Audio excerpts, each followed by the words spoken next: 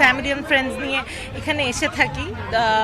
আর আমার মনে হয় যে তরুণদের জন্য এখন মানে বাংলাদেশকে জাতি ধর্ম বর্ণ নির্বিশেষে সকলে একসাথে বাংলাদেশকে একটা দেশ হিসেবে গড়ে তোলা ভালো।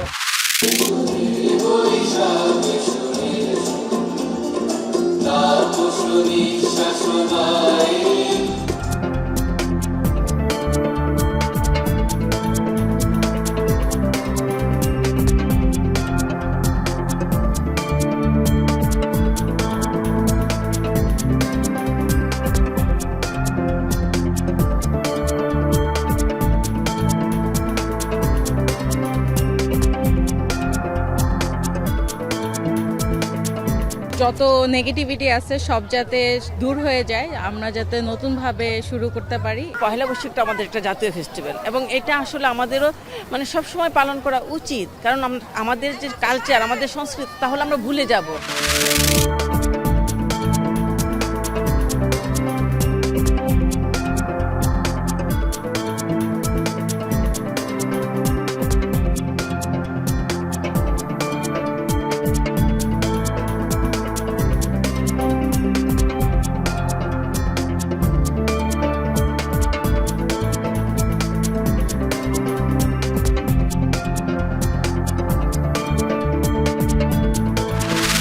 প্রিয় দেশবাসী, সবাইকে বাংলা নববর্ষ 1432-এর শুভেচ্ছা জানাচ্ছি।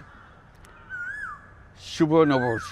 বাংলাদেশের সংস্কৃতি ও ঐতিহ্য রক্ষায় এবং একে এগিয়ে নিয়ে যেতে আমাদের সবাইকে সক্রিয় ভূমিকা রাখার জন্য অনুরোধ জানাচ্ছি।